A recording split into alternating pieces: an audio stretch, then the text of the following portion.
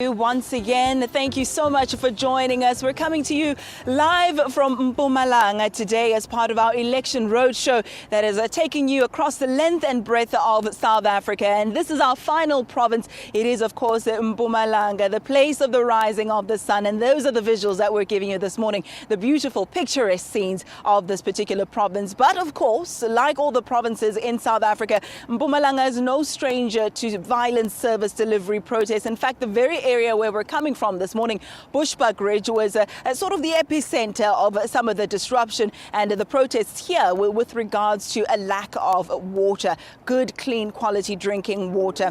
Some shortages experienced in this part of the province, and I think it's very fitting, therefore, that we're in the Inyaga water purification plant. But let's get to the bottom of the service delivery issues. I'm here with a representative from the provincial government. It's the MEC for Cooperative Governance and Traditional Affairs, Mr. Simon Skhosana. A very good morning to you, Baba. Thank you so much for your time.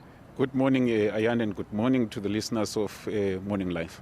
Let's speak a little bit about those service delivery issues. I highlighted the fact that water was a key problem. We also know that the HRC report into issues of state hospitals was also something that dominated headlines as far as Mpumalanga was concerned. How are you faring, do you think, with regards to providing basic services to your people? Look, what is important to note is that as a provincial government, all of these issues that we are raising and that you people have captured, they were first spotted out by the same provincial government. A proper investigation and a study was conducted, and all of these issues were identified. The area that you see here, this is Inyaga Dam. In response of those issues, quite a few billions had to be put in here for us to be able to see this development that you're seeing here. We're at the verge now where we're actually connecting into all the areas in this area, because this water is sufficient to be able to cater for all areas in Bushbuckridge. But over and above that, when you look at the issues of the hospitals, before that HRC report that came out, the Honourable Premier himself undertook his own investigation, and all of those issues were identified where we're talking about the hospitals which were at a very bad state, where the CEOs were not properly skilled to be there. And as a result of that, a decision was taken by the provincial government that there are hospitals that will be totally demolished and restarted afresh. There are those that are being refurbished.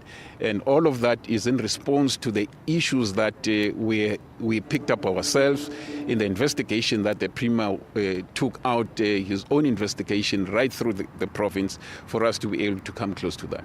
We've got very good stories insofar as the issues of, in response to the issues of service delivery protest. One area where we had protests, which you obviously can recall, out in Victor Kanye. The water there issues of the past. We have a scheme there that is running fully, and people have now clean drinking water. In the past last year, we're very clear as a provincial government that our focus in terms of capital projects will focus on issues of water, so that everybody must be able to have clean drinkable water. That is why currently, as we speak, we're sitting at about 95% of water provision in the province as a whole. We're also now looking at issues of sanitation, where we're sitting over 80%, and we want to work around that. The other issues that we've looked at, issues of governance, issues of better understanding of our own municipalities and how we want to run governance. There were two municipalities that were placed under administration, Bushbuckridge and Emalahleni municipalities in Witbank. They were placed under administration. You and I chatted a little bit off air. You said that you are in the process of wrapping things up. Any improvement on that front? Look, there's great improvement. In this area alone in Bushbuckridge, when we brought in the administration in this area, things were like not running properly, and systems were beginning to collapse.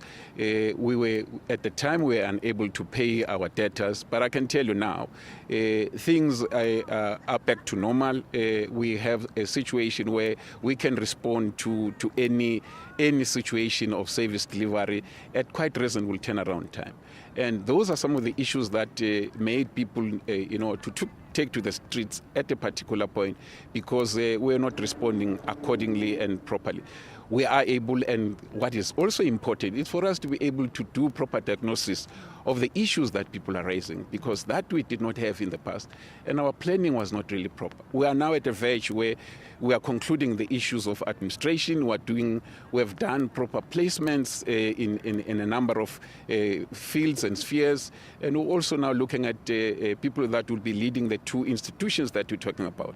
At Emalahleni, the issues were immense, and we had an ESCOM account that we could not even service at a particular time. We now have a plan. We're able to service that ESCOM account, and we know how we want to close that, because the plans are now afoot and things are beginning to roll.